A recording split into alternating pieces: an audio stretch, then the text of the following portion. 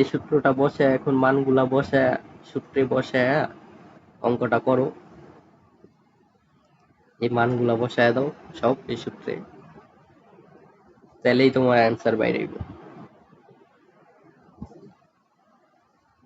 সূত্রে মানগুলা বসায় দাও, উপরের মানগুলা সূত্রে বসায় দাও। ক্যালকুলেটর আছে না সামনে, বসায় দাও।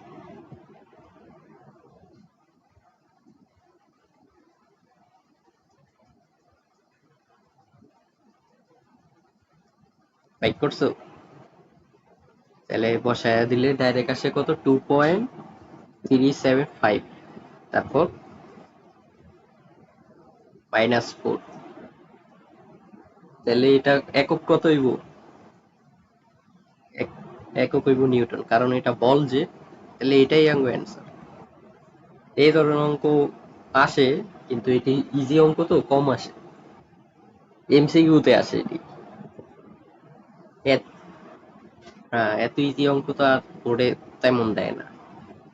সিকিউতে দিলেও হয়তো গতে দিব 3 মার্কে, বা এমসিকিউতে, এর বেশি দিব না। এর পরের অঙ্কে যাই আমরা, এই অঙ্কটা বের করি। এটাও স্যারের বইয়ের অঙ্কই, তপন স্যারের বইয়ের অঙ্কই এটা। পাইবা এটা, দেখো।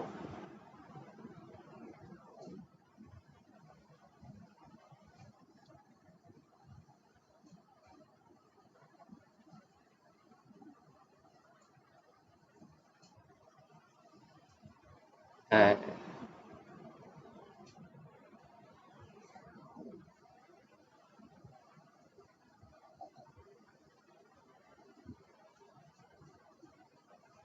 দেখো 1 মিটার স্কোয়ার ক্ষেত্রফল বিশিষ্ট, 1 মিটার স্কোয়ার ক্ষেত্রফল বিশিষ্ট এবং 8 মিলিমিটার পুরুত্বের স্টিল প্লেটের নিচের পৃষ্ঠ দৃঢ় অবলম্বনে আটকিয়ে উপরের পৃষ্ঠে বল প্রয়োগ করে ব্যবর্তন তৈরি করা হলো। এটা হইলো মোচড় গুণাঙ্কের অঙ্ক। মোচড় গুণাঙ্কের অঙ্ক হইলো তোমার ক নাম্বারটা। এই যে ব্যবর্তন বলছে না, এবং স্টিলের ব্যবর্তন গুণাঙ্ক এত। তো এটা প্রথম পার্টটা হইলো ক নাম্বার পার্টটা হইলো তোমার মোচড় গুণাঙ্কের বা ব্যবর্তন গুণাঙ্কের। তো এখানে তোমার ব্যবর্তন গুণাঙ্ক দেওয়া আছে, তো ব্যবর্তন গুণাঙ্ক দেওয়া আছে আঙ্গ ক নাম্বারে, ক নাম্বারটা করতেছি। ব্যবর্তন গুণাঙ্ক রে আমরা এন দিয়ে প্রকাশ করি, এন ছোট হাতের এন, 10 পাওয়ার 10, 8 × 10 পাওয়ার 10, এটা। তো এটা হইলো আঙ্গ কি ব্যবর্তন গুণাঙ্ক। আর প্রশ্নে বলছে কি দেখো, প্রশ্নে বলছে উল্লিখিত প্লেটের ব্যবর্তন বিকৃতি 0.3 হলে কত বল প্রয়োগ করতে হবে। তাহলে ব্যবর্তন বিকৃতিও দেওয়া আছে, কি দেওয়া আছে, ব্যবর্তন বিকৃতি দেওয়া আছে। ব্যবর্তন বিকৃতি দেওয়া আছে কত, ব্যবর্তন বিকৃতি আমরা থিটা দিয়ে প্রকাশ করি, এটা দেওয়া আছে 0.3। আর আঙ্গ জানতে চাইছি কি কত বল প্রয়োগ করতে হবে, বল, বল এফ জানতে চাইছি। তো এই ব্যবর্তন গুণাঙ্কের সূত্রটা কি আসলো মনে আছে কি? এটা আমরা দেখি, আগে পড়ছিলাম এটি, কঠিনের টপিক, এটা কঠিনে আমরা এটি পড়ছিলাম। তো আমরা ব্যবর্তন গুণাঙ্কে যাই, ব্যবর্তন গুণাঙ্কে গেলেই আমরা পাবো। এই যে দেখো অচর ব্যবর্তন গুণাঙ্কে, এই যে ব্যবর্তন গুণাঙ্কের অঙ্ক টপিক গুলো আসতেছে, এই যে আঙ্গ ফাইনাল সূত্র, ব্যবর্তন গুণাঙ্কের এই যে ফাইনাল সূত্রাঙ্গ, এন ইকুয়াল টু কি এফ বাই এ থিটা, এই যে এটা সূত্রাঙ্গ ফাইনাল সূত্র, N equal to F by A theta, N equal to F by A theta, এটা আঙ্গ কি ফাইনাল সূত্র। আর আঙ্গ বেসিক সূত্র কি, দৃঢ়তার গুণাঙ্ক বা মোচড় গুণাঙ্ক এন ইকুয়াল টু কি মোচড় পীড়ন বাই মোচড় বিকৃতি, এটা হলো আঙ্গ কি একেবারে বেসিক সূত্র। তাহলে n equal to F by A theta অচল গুণাঙ্ক। তো এ কি আসলো আঙ্গ? এ আসলো আঙ্গ ক্ষেত্রফল। কোন ক্ষেত্রফলটা? ওই যে যেই বস্তুটারে আমরা উপরে ধাক্কা দিয়ে বেঁকাইছিলাম, ওই বস্তুটার কি ক্ষেত্রফলটা আসলে এ। বস্তুটার ক্ষেত্রফলটা আসলে কি এ। আর আমরা যে বলটা দিছি বলটা আসলে কি এফ। এফ বল প্রয়োগ করছিলাম, আর তখন যতটুক ব্যাক ছিল, যে কোণে ব্যাক ছিল বস্তুটা, ওই কোণটা আসলো কত? থিটা। এই যে দুইটা চিত্র দেখলেই তুমি বুঝবা। আমরা বই দিয়ে চিন্তা করছিলাম, একটা বইয়ের উপরে যদি আমরা ধাক্কা দিই তাহলে তো বইটা বেঁকে যাইব। হ্যাঁ, এই থিটাটাই কি আঙ্গুই 0.3 যেটা প্রশ্নে দিছে। এখন আমরা আঙ্গুই প্রশ্নে যাই। তাহলে থিটাটাই কি যতটুক ব্যাকছে, যতটুক কোণে ব্যাকছে ওইটা। তাহলে আঙ্গ বাইক করতে বলছে, এবং এও দেওয়া আছে প্রশ্নে, দেখো এও দেওয়া আছে। এই যে 1 মিটার স্কয়ার ক্ষেত্রফল বিশিষ্ট, এও দেওয়া আছে 1 মিটার স্কয়ার ক্ষেত্রফল বিশিষ্ট, 1 মিটার স্কয়ার ক্ষেত্রফল বিশিষ্ট। তাহলে এ কত দেওয়া? তাহলে 1 মিটার স্কয়ার। এ দেওয়া 1 মিটার স্কয়ার। তাহলে আঙ্গ সূত্রটা আসলে কি? N equal to F by A theta. তো এখান থেকে আঙ্গ বাইক করতে হইব কি এফ বাইক করতে হইব। তাহলে এফ ইকুয়াল টু কি হইব? N A theta. আর এন কত? 8 ইন্টু 10 পাওয়ার 10। এ হইলো 1 আর থিটা হইলো 0.3। এই মানগুলা বসায় দাও, তাহলে তোমার অ্যান্সার বের হয়ে যাবে।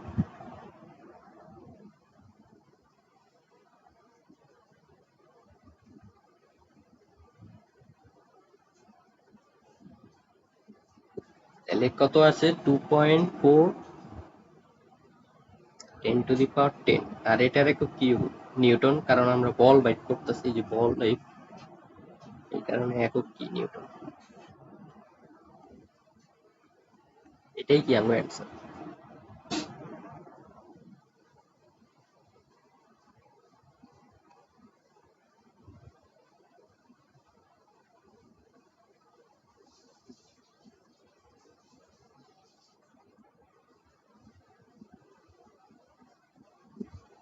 অঙ্কটা হইছে এবার। এরপর আমরা ক করি। ক। প্রশ্নটা পড়ি কয়েন।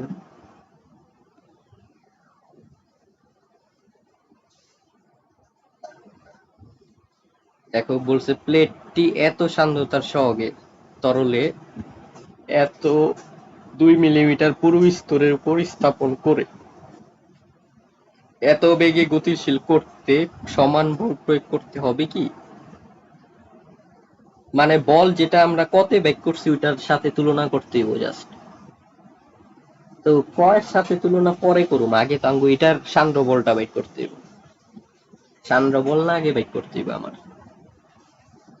দ্বিতীয়টা সান্দ্র বল বের করা লাগবে না?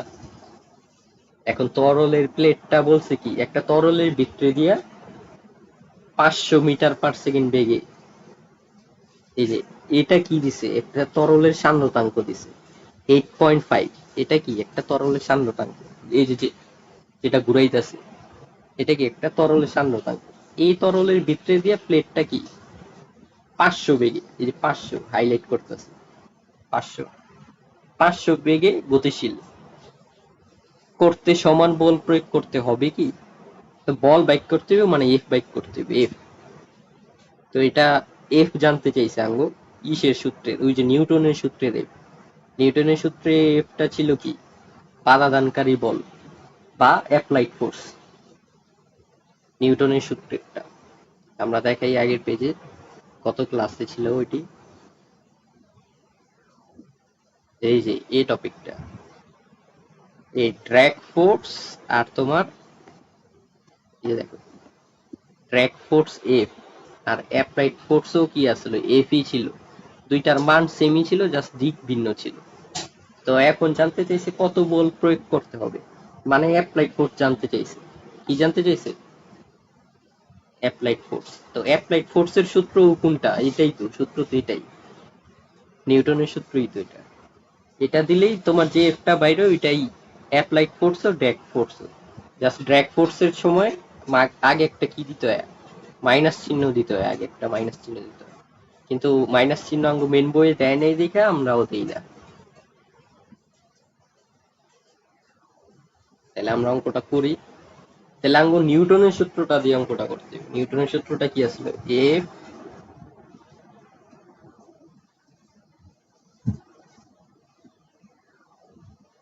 F equal to eta A DV D Y. এটা আসলে কি আঙ্গু নিউটনের সূত্রটা। তো আঙ্গু সাইড নোটটা আমরা লেখালাই, প্রশ্নটা দেখা। প্রশ্নে কি কি বলছে আঙ্গু? প্রথমেই বলছে সান্দ্রতাঙ্ক। দেখো তরলের সান্দ্রতাঙ্ক দেওয়া আছে 8.5। সান্দ্রতাঙ্ক 8.5 মানে ইটা দেওয়া আছে, ইটা হইলো কি 8.5। প্রশ্নেই আগে লেখা নেই কোনটা কি। 8.5টা কি আঙ্গু? ইটা সান্দ্রতাঙ্ক।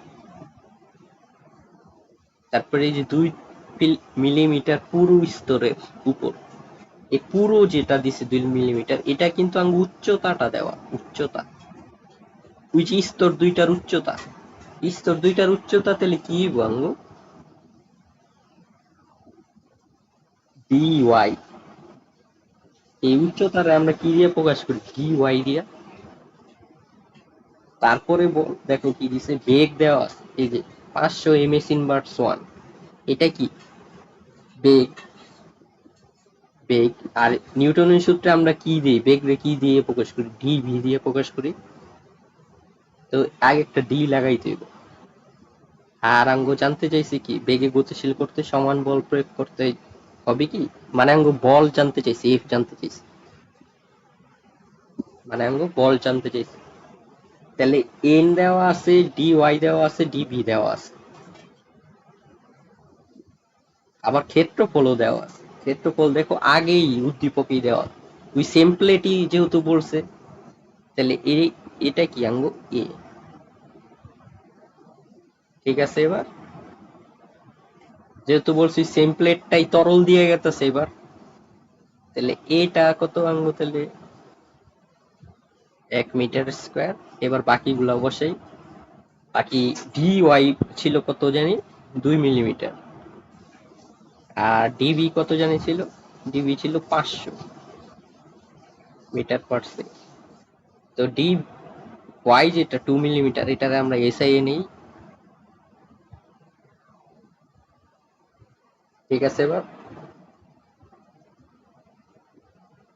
তাহলে বেগের নতি যেটা আছে, বেগের নতি, বেগের নতিটা কি ছিল? D V by D Y. আর এটা ইকুয়াল টু তাহলে কি 500/2 × 10⁻³ তাহলে উপরেরটা আসলে মিটার/সেকেন্ড আর নিচেরটা কি শুধু মিটার।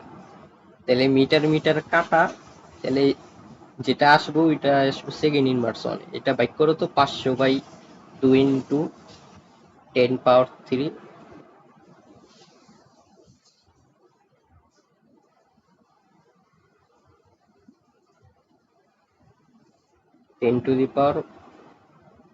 10⁻³ না 3? শুধু 3। তো এবার আমরা এই মানগুলো সব বসায় দিই, যা বাইক করছি এখানে, এখানে, এখানে। এই মানগুলো বসায় দিলেই কি এখন আমাদের এফ বাইরে যাবে। তাহলে মানগুলো বসায় দাও।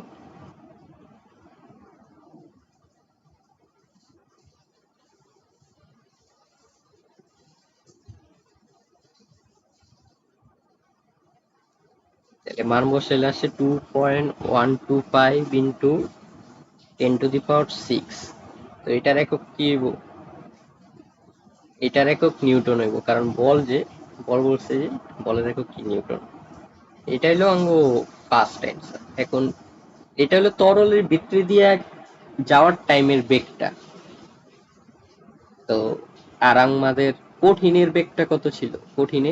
কঠিনের বেগটা ছিল এটা, উপরের অঙ্কের বেগটা ছিল কি কঠিনেরটা 2.4 10⁻10।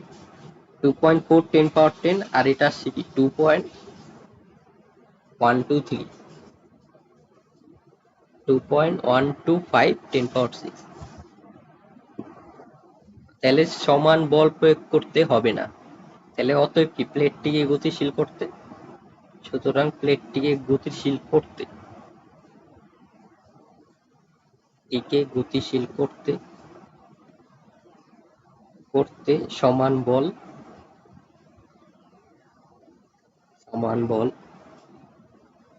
প্রয়োগ করতে হবে না। ঠিক আছে,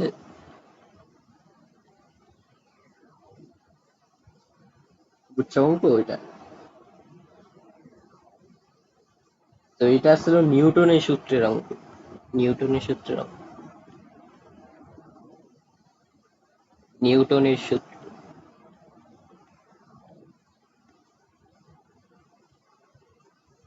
এটা অনেক ইম্পর্টেন্ট, এই নিউটনের সূত্রটা অনেক ইম্পর্টেন্ট। এটা ছোট ইজি সূত্র হইলেও এটা অনেক ইম্পর্টেন্ট, এটা আসার সম্ভাবনা সবচেয়ে বেশি।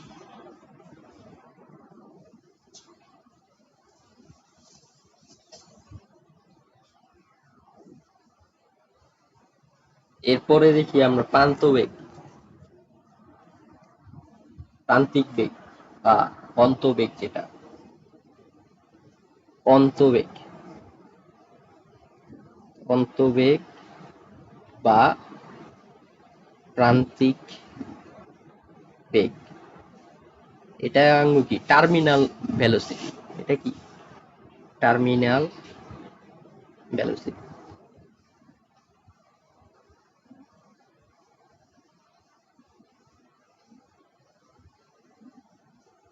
এটা ওই স্টোকসের সূত্রের পরেই, এই যে দেখো পাঠ 7.18, পাঠ 7.18, এটা তোমার স্টোকসের সূত্রের পরেই, দেখছো? তো এটা স্টোকসের সূত্রের সাথেই রিলেটেড, এটা এটা স্টোকসের সূত্রের অংশ, এটার সূত্রটা স্টোকসের সূত্র থেকেই আসছে প্রান্তিক বেগের। তো এটা শুরু করার আগে, এই টপিক শুরু করার আগে তোমার একটা জিনিস জিগে, ধরো বৃষ্টির ফোঁটা, বৃষ্টি তো পরে আকাশের অনেক উপর থেকে, তো অনেক উপর থেকে যে বৃষ্টির ফোঁটা পড়তাছে নিচে, তাহলে আঙ্গু একটা অভিকর্ষ ত্বরণ থাকে না 9.8 ms²। এটা দেখো, এটা কিন্তু কি বলতাছে, 1 সেকেন্ডে 9.8 মিটার, এই এই এটা তো ত্বরণ দিছে, এই ত্বরণের এটা মিনটা কি করতেছে, 1 সেকেন্ডে 9.8 মিটার পার সেকেন্ড বেগ বাড়বে। তাহলে প্রতি সেকেন্ডে 9.8 মিটার পার সেকেন্ড বেগ বাড়বে, এটাই মিন করতেছে না ত্বরণ দিয়া। তো এটা যদি হয়, তাহলে তো বৃষ্টির ফোঁটা তো অনেক উপরের থেকে পড়ে, ওই হিসাবে তো যতক্ষণে বৃষ্টির ফোঁটা পড়তাছে অতক্ষণে তো অনেক গতি লাভ করার কথা বৃষ্টির ফোঁটার। অনেক গতিতে যদি পড়ে, তাহলে মানুষের উপরে পড়লে তো মানুষ ব্যথা পাওয়ার কথা, তাই না? এটা আমি চিন্তা করতাম আগে স্কুলে থাকতে, যে এটা তো হওয়ার কথা, মানুষ তো ব্যথা পাওয়ার কথা, এত উপরে পড়তাছে বৃষ্টির ফোঁটা যত ক্ষুদ্রই হোক, কারণ বুলেটও তো খুবই ক্ষুদ্র একটা লোহার টুকরা, কিন্তু অনেক গতিতে যায় দেখা মানুষ মাইরা লায়।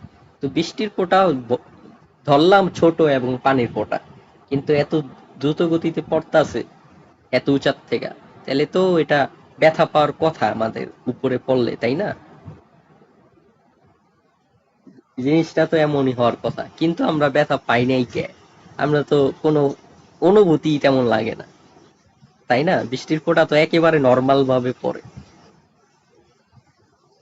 এটা হয়, বৃষ্টির ফোঁটাটা ওরকম গতিপ্রাপ্ত হওয়ারই কথা, যেটা এই যে এই হিসাবে গতিবিদ্যার হিসাবে এটা গতিপ্রাপ্ত হওয়ারই কথা, কিন্তু তোমার সান্দ্রতার কারণে কার কারণে? সান্দ্রতার কারণে। সান্দ্রতা কার? বাতাসের। এয়ার আছে না গো, এয়ার।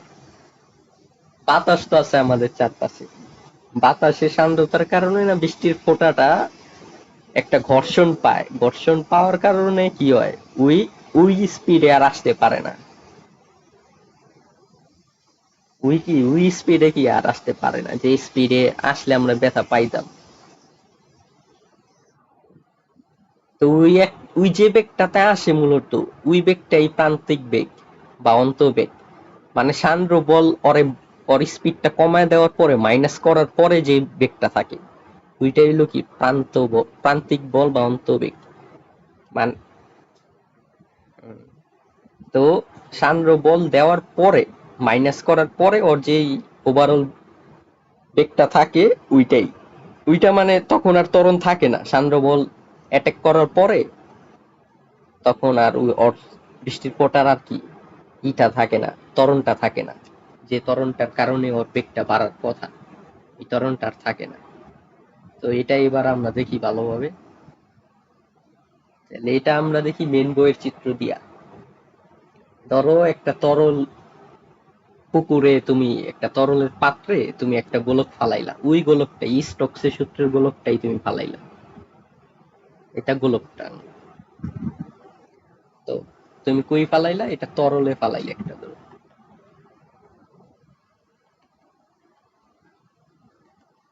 চারদিকে তরল নীল কালি দিয়ে দিতেছি এই কারণে।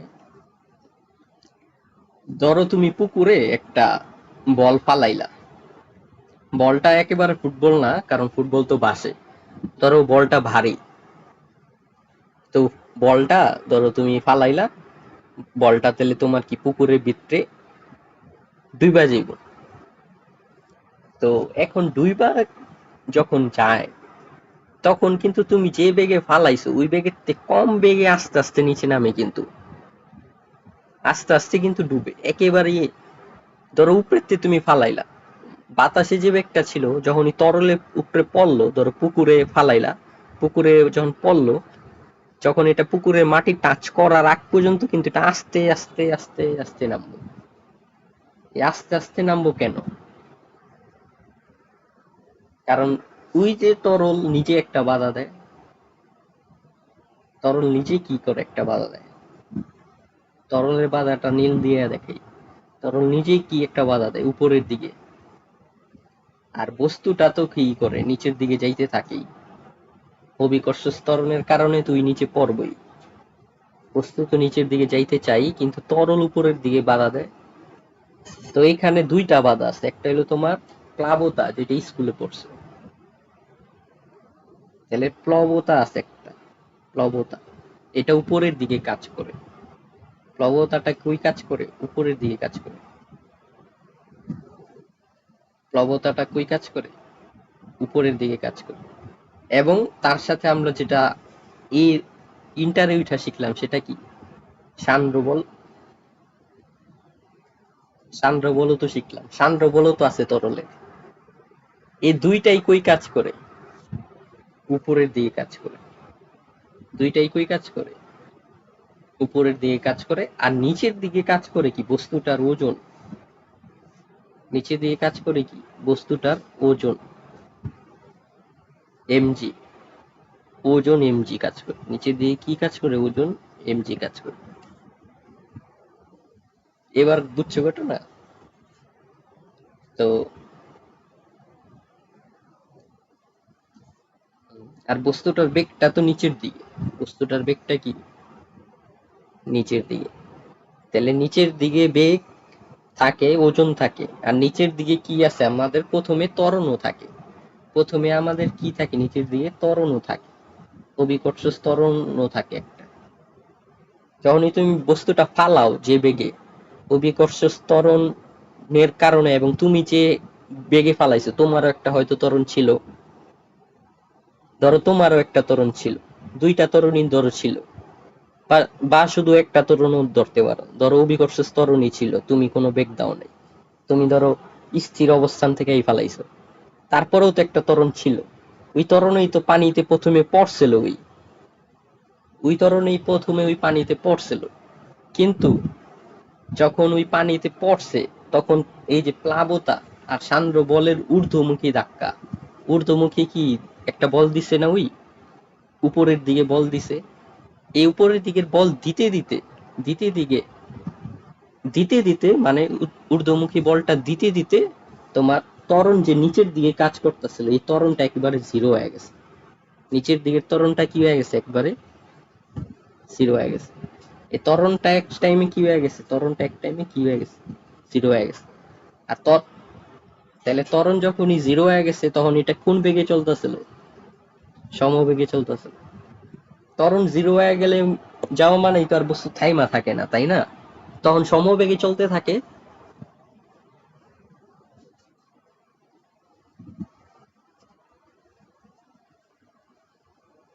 হ্যাঁ, তাহলে এই সমবেগে তাহলে বস্তুটা এরপরে একেবারে মাটি পর্যন্ত গিয়া লাগে।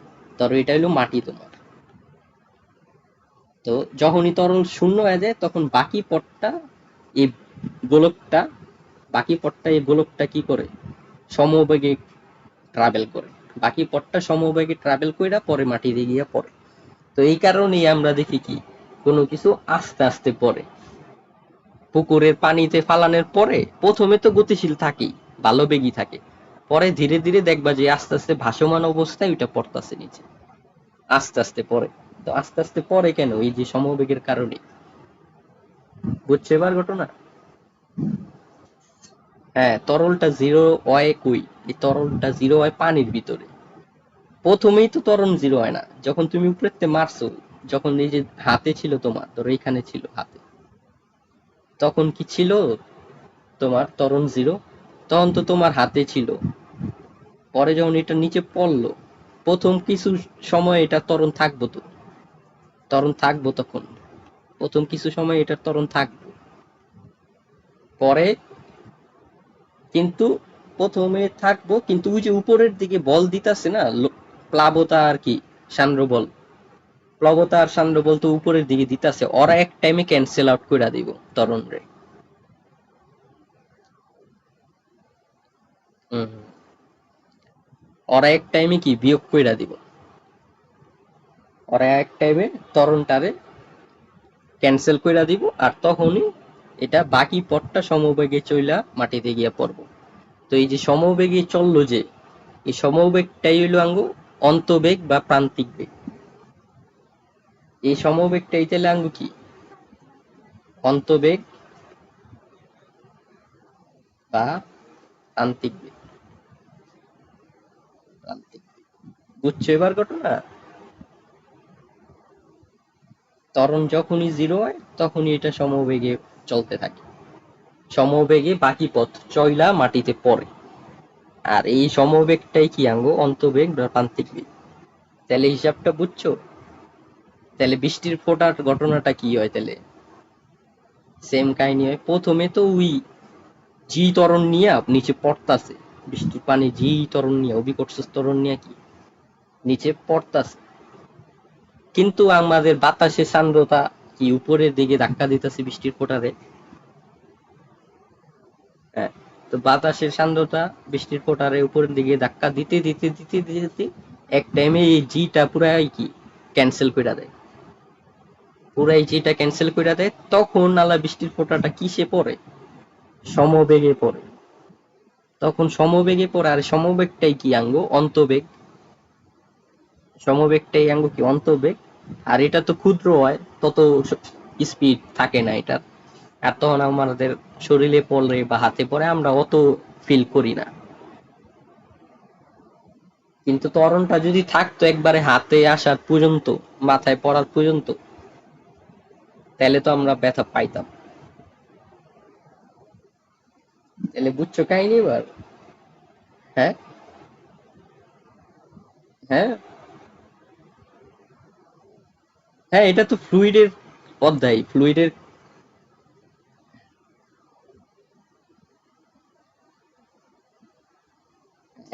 এখন তুমি যেটা বলতেছো যে শিলাবৃষ্টি, ওইটা তো কঠিন।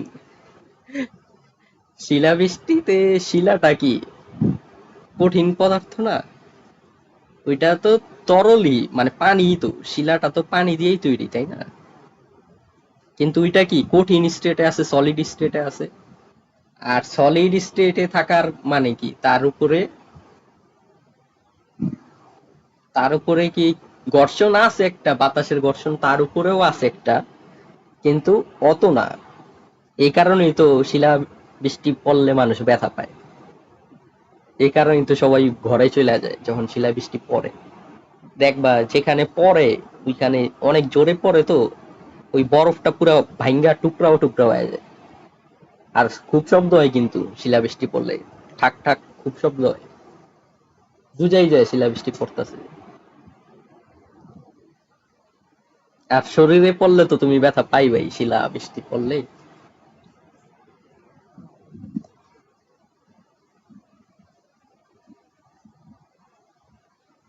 তাহলে হিসাব বুঝছো পারো?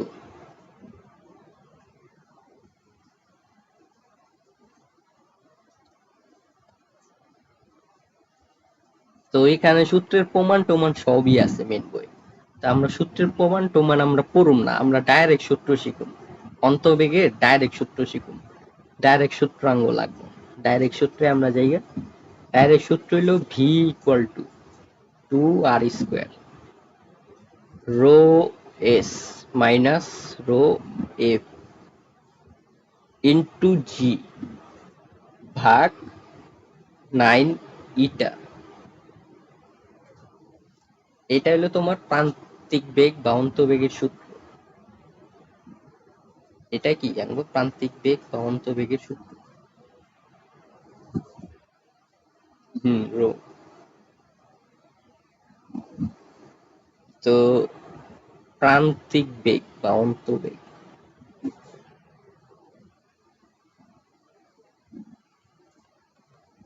অন্তবেগ বা প্রান্তিক বেগ, প্রান্তিক বেগ, এই বেগটা কি আঙ্গো ভি। এই বেগটা কি ভি, ভি দিয়া প্রকাশ করছি কি অন্তবেগ বা প্রান্তিক বেগ।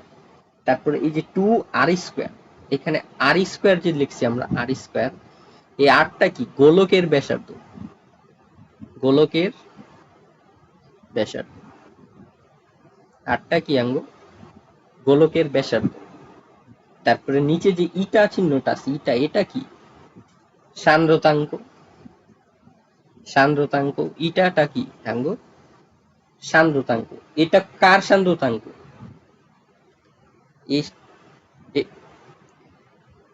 এটা কিন্তু তোমার এই যে গোলকটা যে তরলের ভিতরে ফালাইছে ওই তরলের।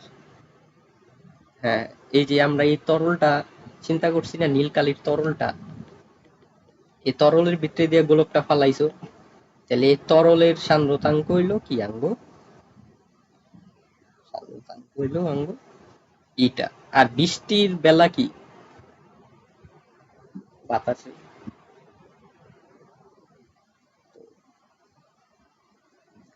এটা হইলো সান্দ্রতাঙ্ক তরলটা যে তরলে ফালাইছে, তরলের।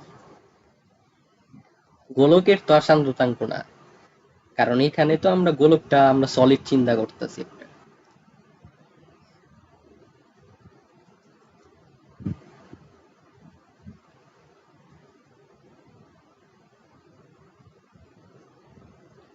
এটা, এই সূত্রটা উপর থেকে নিচে ফালানোর বেলায়,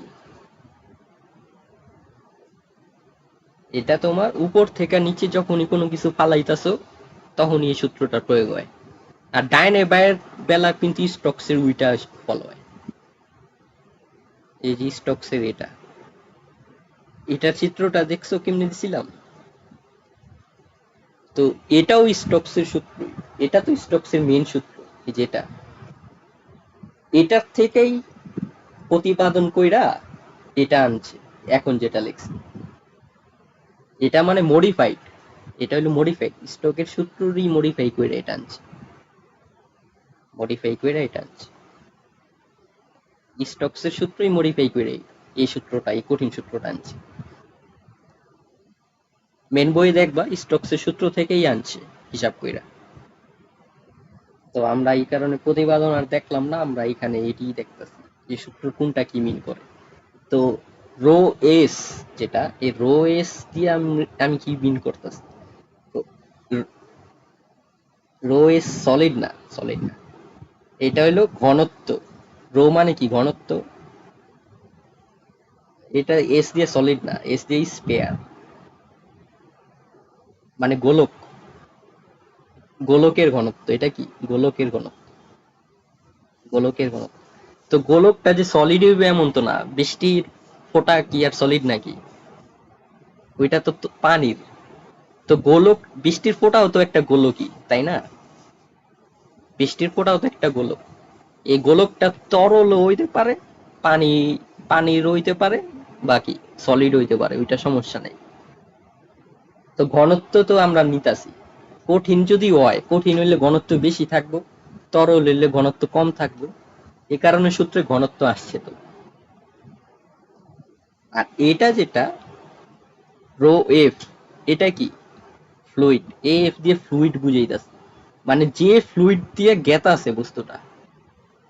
বৃষ্টির বেলা কোন ফ্লুইড দিয়ে গেতাছে? বাতাস দিয়ে গেতাছে। হ্যাঁ, বৃষ্টির বেলা বাতাস দিয়ে যাচ্ছে। আর উপরের চিত্রে তো, এই উপরের চিত্রে, এর চিত্রে ফ্লুইড কোনটা? এই যে নীল কালির ডট ডট দেওয়াটা, মানে পানি, পুকুরের পানি। উপরের চিত্রে কি আঙ্গো? ওই পুকুরের পানি।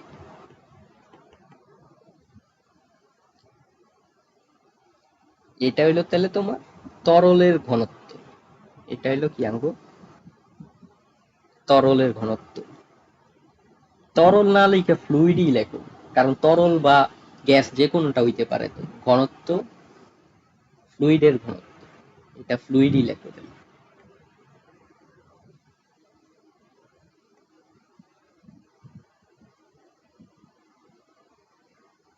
ফ্লুইডের ঘনত্ব।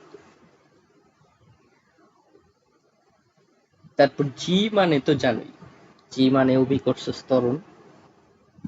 জি মানে কি? অভিকর্ষ ত্বরণ। G equal to 9.8 MS inverse two. আর তো লেখছি সব, ইটা তো লেখছি সান্দ্রতাঙ্ক তরলের বা ফ্লুইডের, যেটার ভিতরে দিয়ে গেছে। আর ভি হলো কি? অন্তবেগ বা প্রান্তিক বেগ। এগুলাই কি আঙ্গ সূত্রর ব্যাখ্যা। তো এই সূত্রর দুইটা ঘটনা আছে। একটা কি দেখলাম আমরা, উপর থেকে নিচে। এবার চিন্তা করো, এবার কনসেপচুয়ালি চিন্তা করো, 9-10 এর কনসেপ্ট দিয়েও চিন্তা করলে হইব যে, ধরো একটা গোলক নিলা, তুমি লোহার গোলক নিলা, লোহার গোলক নিলা, এটা পানিতে ফালাইলে এটা নিচে যাইব নাকি উপরে যাইব? নিচে যাইব। এটা লোহার গোলক ফালাইলে কি হয়ে যাইব? নিচে যাইব। তাহলে এটা যদি লোহার গোলক হয়, তাহলে এটা কই যাইব? নিচে যাইব। তার মানে লোহার ঘনত্ব রো এস কি গ্রেটার দেন কি রো এফ। আশেপাশে নীল পানি গুলা যেটা আছে ওইটা কি রো এফ। পানির ঘনত্ব থেকে লোহার ঘনত্ব কি বেশি, এই কারণে কি লোহা ডুইবা যায়। এটা তোমরা স্কুলে শিখছো। বেশি ঘনত্বের জিনিস কি ডুইবা যায়। আর যদি পানির থেকে কম ঘন কোনো বস্তু হয়, তাহলে সেটা পানিতে কি করে? ভাসে। আর যদি পানিতে বেশি ঘন হয় কোনো বস্তু, তাহলে সেটা কি হয়? পানিতে ডুইবা যায়। যেমন লোহা পানিতে বেশি ঘন, সেটা কি পানিতে ডুইবা যায়। আর ধরো তোমার কাঠ, কাঠ তো হালকা, পানির থেকে কম ঘন, ওই কি ভাসে। বরফ, বরফ পানির থেকে কম ঘন, তাই ওই কি পানিতে ভাসে। তো এই সূত্রে, উপরে যে সূত্রটা দিলাম, এই সূত্রের চিত্র হইল নিচেরটা। চিত্র হইল নিচেরটা, যে নিচের দিকে যখন পড়তে থাকে কোনো বস্তু, মানে নিচের দিকে নামলে। এই সূত্রটা হইলো কি কার জন্য? নিচের দিকে নামলে। নিচের দিকে নামলে, নিচের দিকে নামলে এই সূত্রটা। কিন্তু সবসময় যে নিচের দিকেই নামবো কোনো কিছু, এমন তো না। এমন তো না সবসময় যে এমন হইব, তা তো না। ধরো তোমার পানির ভিতরে দেখবা, যদি তুমি বুদবুদ দাও, বুদবুদ কিন্তু উপরে উঠা যায়। হ্যাঁ, ধরো পানি আছে, তো বুদবুদ দিলা, দেখবা বুদবুদ গুইড়া গুইড়া উপরে উঠা যায়। বুদবুদ। তো বুদবুদ কিসের তৈরি হয়? বাতাসের। বুদবুদ তো হয় বাতাসে। তো বাতাসের ঘনত্ব তো পানির থেকেও কম। তো বাতাসের ঘনত্ব পানির থেকেও কম, তাহলে তো ওই উপরে চলে যাইবই, তাই না? এটাই তো অবভিয়াস কথা। তাহলে এই যে বুদবুদ যে নিলাম আমরা, এই বুদবুদটা কি? Rho S. বুদবুদটা কি? Rho S বুদবুদটা। বুদবুদটাও তো একটা গোলক। বুদবুদ দেখছো না? অ্যাকোরিয়ামেই তো দেখা যায়। অ্যাকোরিয়ামে মাছে ওইখানে বুদবুদ তো দেখা যায় উপরে উঠতেছে। তো রো এস ওইটাও তো একটা স্পেয়ার, বুদবুদটাও তো একটা স্পেয়ার। আর পানির যেটা আছে ওইটা কি? Rho F. পানিরটা কি? Rho F. তো এখানে এই যে দ্বিতীয় ঘটনাতে, দ্বিতীয় ঘটনাতে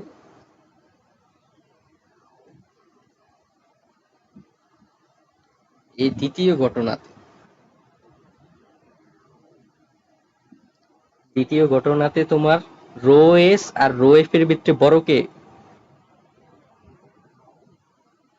এখানে কিন্তু তোমার রো এস থেকে রো এফ বড়। রো এফ কিন্তু বড় রো এস এর থেকে। এটা বুঝতেছো এখানে?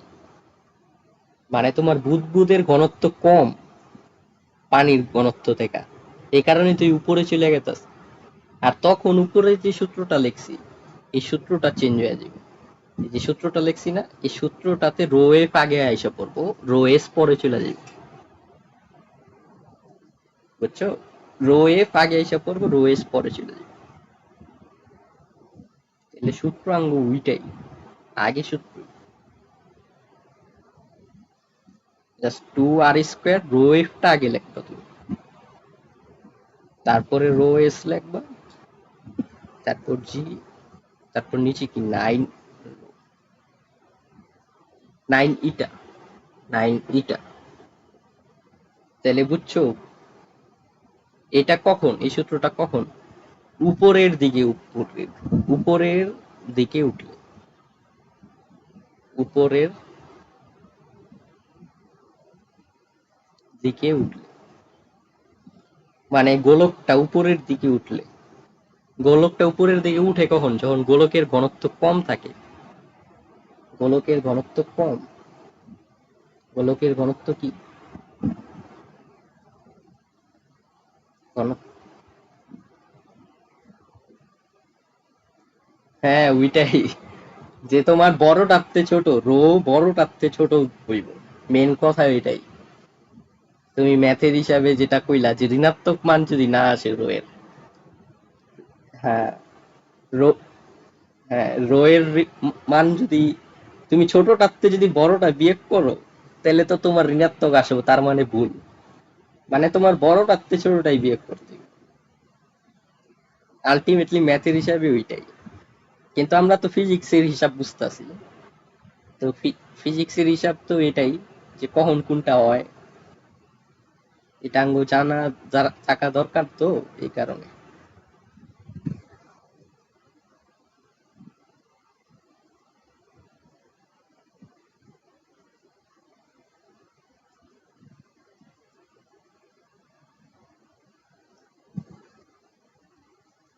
ঠিক আছে, এবার তরলের ঘনত্ব মাইনাস কি? গোলকের ঘনত্ব। এখানে সূত্র উল্টা উল্টা যায়, তরলের ঘনত্ব মাইনাস কি হয়ে যায়? গোলকের ঘনত্ব হয়ে যায়।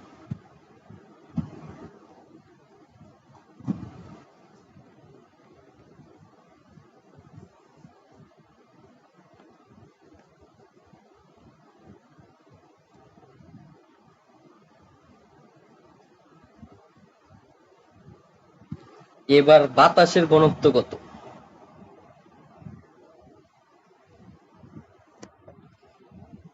বাতাসের ঘনত্ব কি এত বড় নাকি? না তো। বাতাসের ঘনত্ব অনেক কম। তো বায়ুর বুদবুদের জন্য এই সূত্রটাই আবার আরো ছোট হয়ে যায়। যদি তুমি বাতাসের, বায়ুর বুদবুদ তো বাতাসের হয়, তাহলে এই যে রো এস যেটা, এটা কি বাতাসের না? বাতাসের বুদবুদটা এটা অনেক ক্ষুদ্র দেখা রো এসটাও অনেক টাইমে লেখে না। হ্যাঁ, রো এফ এর তুলনায় অনেক ক্ষুদ্র হয় তো।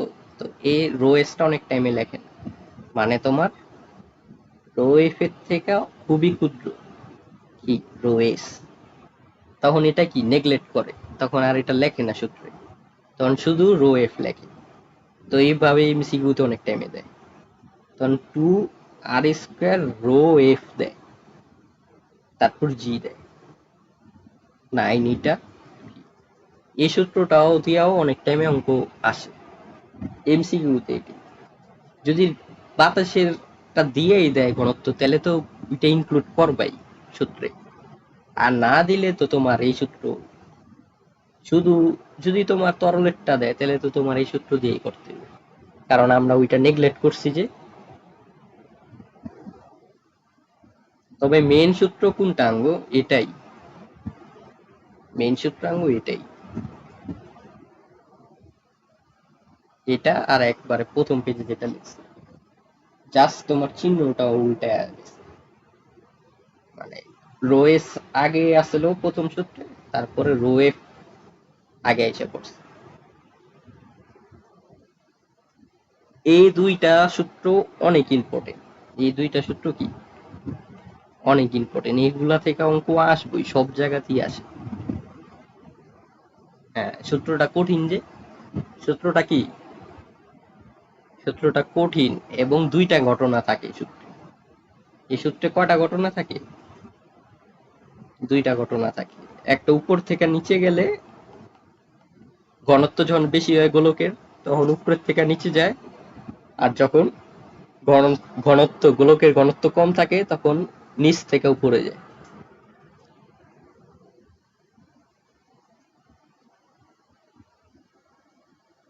তখন এই সূত্র হয়। সূত্র একই, জাস্ট আগে পেছে জায়গা, rho S minus rho F থাকে, আবার কি rho F minus rho S, মানে বেশি ঘনত্ব মাইনাস কি কম ঘনত্ব। মেন কথা কি বেশি ঘনত্ব মাইনাস কম ঘনত্ব, মেন কথা হলো আমি কি বেশি ঘনত্ব মাইনাস কম ঘনত্ব, এটা আঙ্গু মেন কথা।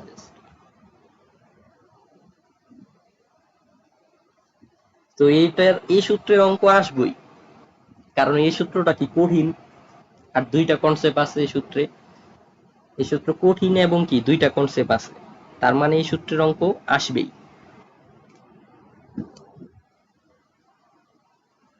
বুঝছো এবার? তো এরপরে যে থিওরি আছে থিওরি গুলো পড়বা, থিওরি পড়লে বুঝবা, আমি যেটি বলছি ওটি থিওরি।